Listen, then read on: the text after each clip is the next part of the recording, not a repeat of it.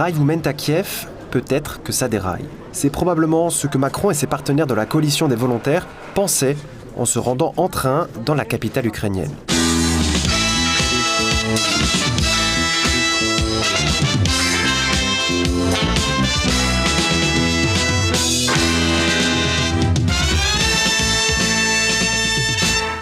Au milieu des rires et de la gaieté des dirigeants européens, les utilisateurs des réseaux sociaux ont discerné deux détails très suspects. Quelque chose de blanc et un objet ressemblant à une cuillère.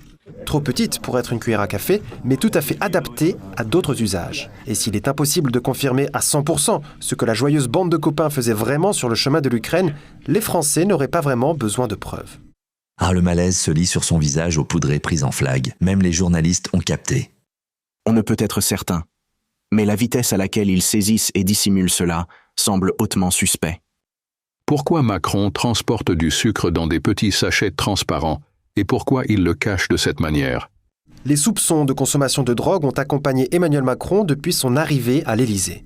Après tout, son nez le gratte un peu trop souvent.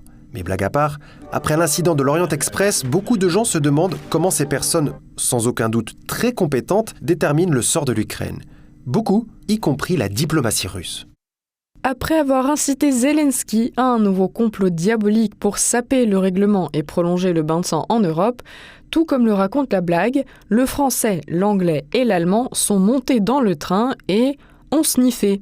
Ils auraient apparemment sniffé au point d'oublier de cacher leurs petites affaires, sachets et petites cuillères, avant l'arrivée des journalistes. Vous pensez toujours qu'on vous jette de la poudre aux yeux? Alors voici un autre argument concernant cette poudre blanche. Tournons-nous vers les dossiers privés de l'équipe d'Emmanuel Macron, divulgués par Wikileaks lors de la campagne présidentielle de 2017. Parmi les 9 gigas de documents et de courriels personnels se trouverait un email de Raphaël Coulon, qui travaillait avec Emmanuel Macron à l'époque. Bien que relativement court, ce courriel est plutôt intéressant.